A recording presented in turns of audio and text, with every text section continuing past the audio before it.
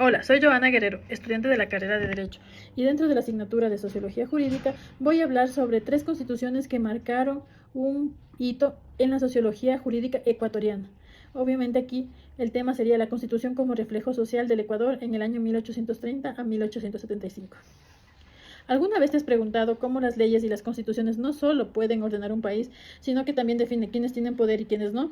Hoy vamos a desentrañar un fascinante capítulo de la historia del Ecuador, viendo cómo nuestras primeras leyes moldearon la sociedad y a veces excluyeron a la mayoría. Preparémonos para un viaje al pasado con una lupa sociológica. En el año de 1830 nace el Ecuador y su nueva estructura económica y social.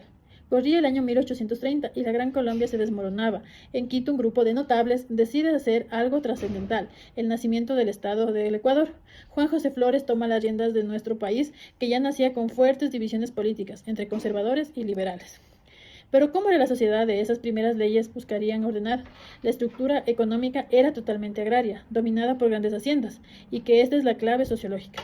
Estas haciendas mantenían formas de explotación casi feudales de la época colonial. Hablamos de esclavitud para la población negra y el concertaje de la población indígena, que era no más bien otra forma de esclavitud. Los grandes terratenientes, dueños de la tierra y la riqueza, se alinearon rápidamente con el bando conservador para proteger sus intereses económicos y de poder. Juan José Flores no solo fundó el país, sino que organizó sus primeras instituciones republicanas y en solo 45 días promulgó la primera constitución ecuatoriana, y es aquí donde la sociología jurídica nos permite ver más allá del texto legal. Aunque esta constitución se proclamaba como de un gobierno popular y democrático, sus requisitos para ser ciudadanos eran profundamente excluyentes. Para votar, no bastaba solo la mayoría de edad, había que tener una propiedad raíz, una profesión y sobre todo no ser sirviente doméstico o jornalero. Piensen en esto, el grueso de la población, que eran campesinos, indígenas, afrodescendientes y sirvientes, quedaban automáticamente fuera de la vida política. La ley en este caso no legitimaba la exclusión social y económica existente. En esta constitución se privilegiaba la obediencia a la ley y la autoridad y por encima de los derechos individuales. ¿Por qué? Porque el gran terror de los fundadores era la anarquía que venía de la guerra de independencia. Así la ley se convirtió en una herramienta para establecer el orden y control, incluso a expensas de una verdadera participación popular. Otra de las constituciones que marca la sociología jurídica ecuatoriana tiene que ver con el presidente Gabriel García Moreno.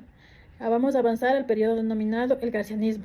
Aquí vemos cómo las leyes pueden cambiar drásticamente en un panorama social. 2 constituciones en este tiempo, la de 1861 y la de 1869.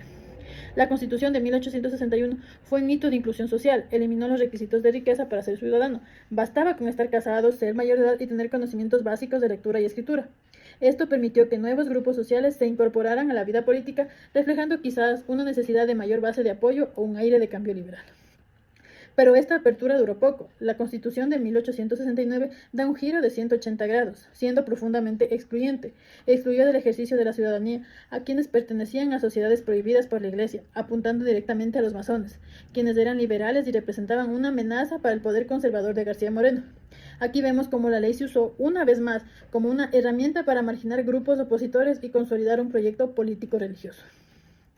Las primeras constituciones del Ecuador son mucho más que documentos legales, son radiografías sociológicas de una época. Nos muestran cómo las leyes fueron instrumentos poderosos para legitimar la exclusión de ciertos grupos, proteger intereses económicos de élites y luego, en algunos momentos, abrir caminos hacia una mayor participación para luego cerrarlos.